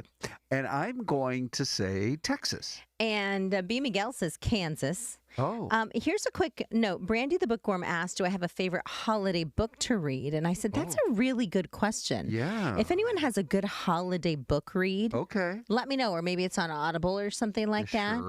You know, maybe like there's a Danielle Steele or a Nora Roberts. You know what I did on Audible yesterday? I went in, I started listening to Chris Hadfield's latest murder mystery. Yeah. Let's see, Final Orbit. Is there also a Fabio in that book as well? No. But apparently there's some murders. Okay, so yeah, you're going to Oklahoma. I'll go Texas. Ladies and gentlemen, here is the answer. The mystery camera. Rosemont, Illinois. Oh, that's O'Hare? Yeah. Okay, let's go back. And I mean, you called it a little, Ron. You said that's a busy airport. Yeah, it's a big one, that's for sure. You know, it used to be that O'Hare and Atlanta kind of went back and forth for number one and number two, but I think Atlanta pretty much wins it every year. Think how big Sky Harbor is. We have about 100 gates. Imagine if you built another Sky Harbor right next to the existing Sky Harbor with another 100 gates. That's Atlanta. Is it really? That's how large it is. Yeah, close to 200 gates. Oh, here comes another plane. Oh, wow. Coming in for a landing in Chicago. This is O'Hare. So Chicago's going to see some very, or did the storm just pass through there? No, it's coming. It's coming. Yeah. So these people are landing just in time. I think so. I think they're getting in right beforehand. So every time we have a new viewer chiming into the friendliest chat on the internet here on Fox 10 Talks. We're here every day, 10 a.m. to noon, Arizona time. We always want to say hello. Now, Joan from Sweden was saying she kind of stumbled across the show and loves it and has been in there chatting. And Joan, we appreciate you. Yes, we do, Joan from Sweden. Yes. So I was just mentioning, we were talking about social media. We had a story earlier this morning about people trying to get off of it for 1 week. And maybe we're a little addicted to it and don't even realize. So people say they're a little bit happier and not so down in the dumps when they're looking. Anyway, so I found the picture from Sweden. Oh, you did? And I'm getting ready to post it in a few more days. But Joan, this is for you. Oh, or Joan has an early release. Yes. Well, everybody does because they're watching now. And it's going to go viral the moment I pop it up here in about 5 more seconds. So let me just show it to you right now. This is in really downtown Stockholm, Sweden. You took this photo? I did. Now it's filtered. When on a cloudy day, I love to kind of filter it and, get the clouds really broiling and all that kind of thing. But anyway, there it is. Wow. Look at that. So was the water very It was kind of choppy that day. It was a little bit stormy. And so you can go on these boat tours around Stockholm. And the main reason we went there was just to stop off to get over to Norway, where there was a hike I've wanted to do for years and years. And I did do that hike.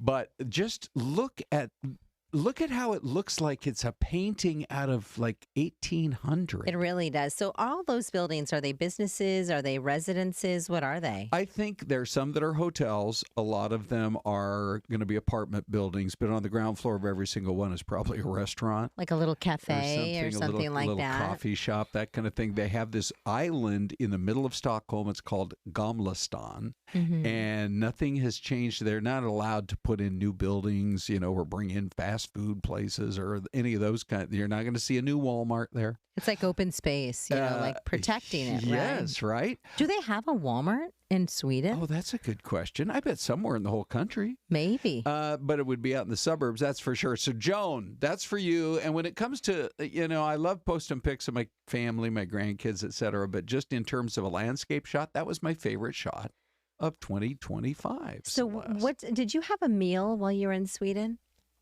Yes, because we were there for 3 days. What would you have? I felt like I had to eat. Now, Celeste, here's something you don't know about me. I'm a little bit tight with And the I know you dollar. love fast food. They had a 7-Eleven that was just down the street from our hotel. Oh, my goodness. And they had a hot dog. They had hot dogs, but there was some kind of a spicy Swedish sauce. Was it lingonberries? No. It was like Thank you, it was like a Bells. honey mustard or something. But anyway, we went there a couple of different days. I was amazed I talked Renee into it. But when you're traveling, those meals can get expensive. So thank goodness for 7-Eleven. Well, there's a lot of fish on the menu there in Scandinavian Yes, countries, that's for So I sure. was wondering, they have fish for breakfast, they Right. have lox and bagel, or they have fish for lunch, they have canned fish, and how do they, maybe they do cook fish on the grill for dinner, you know? I know we're talking fish, but what we ought to do is talk turkey. Let's do it. Because the president did pardon a turkey, and we were rolling when that happened. So, ladies and gentlemen, this is what it sounded like and looked like. Ever since I knew. Nope, stand by. It's this guy here. big day. There we go. All right, this fellow, the day. president. For a very important beast. On behalf of the First Lady and the entire Trump family, I want to wish all Americans a very, very happy Thanksgiving. It's a great time of the year, and our country is doing really well, economically, like we've never done before. Today, we continue a time-honored American tradition. Well, that's a well-trained turkey. See how happy he is? In a few moments, I will grant a full, absolute, and unconditional presidential pardon to two handsome Thanksgiving turkeys, and this is their lucky day. This is a lucky day for them. The turkeys being pardoned today go by the names of Gobble and Waddle. When I first saw their pictures, I thought we should send them, I shouldn't say this. I was going to call them Chuck and Nancy. But then I realized I wouldn't be pardoning them. I would never pardon those two people. I wouldn't pardon them. I wouldn't care what Melania told me. Darling, I think it would be a nice thing to do. I won't do it, darling. These are two of the largest turkeys ever presented to an American president, over 50 pounds each. That's the largest we've ever had. And those are big turkeys. Are they as good as the normal-sized turkey? Better or as good? Do they tend to be a little fatty, maybe? No, he said no. He knows the turkey business. Anyway, despite their size, Secretary Kennedy has formally certified that these are the first ever Maha turkeys. I don't know if I agree with that. These are Maha. In other words, they could be fat, but they're still Maha. They've been fattened on a steady diet of grass, beef, to allow the smoothies and all of the other things that they've been eating for this occasion. This was a really big occasion, but they've eaten every fattening food that you can eat. We wanted to really make them special, and they really are. They're like record-setting. I've never seen a turkey that big before. Are they violent at all? Will they attack as I walk over? Well, there was the turkey pardoning. The first Maha turkey. The most couple of turkey. By the way, they're named Gobble and Waddle. The most incredible thing. So they spent the night in the D.C. Intercontinental Hotel. Yes, the Willard. The Willard. Yeah. And they had I thought, God bless the housekeeping crew. Yeah. That's got to pick up after them. They each had their own beds. There were twin beds. They had a photograph of them that they shared on social media. And it was the funniest sight to see them both sitting on the beds. Oh, my gosh, yes.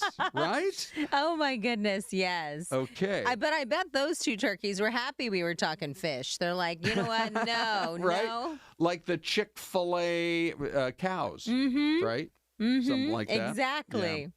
Yeah. Okay, so anyway, that's what was going on at the White House. Now, our poll question actually is associated with the president.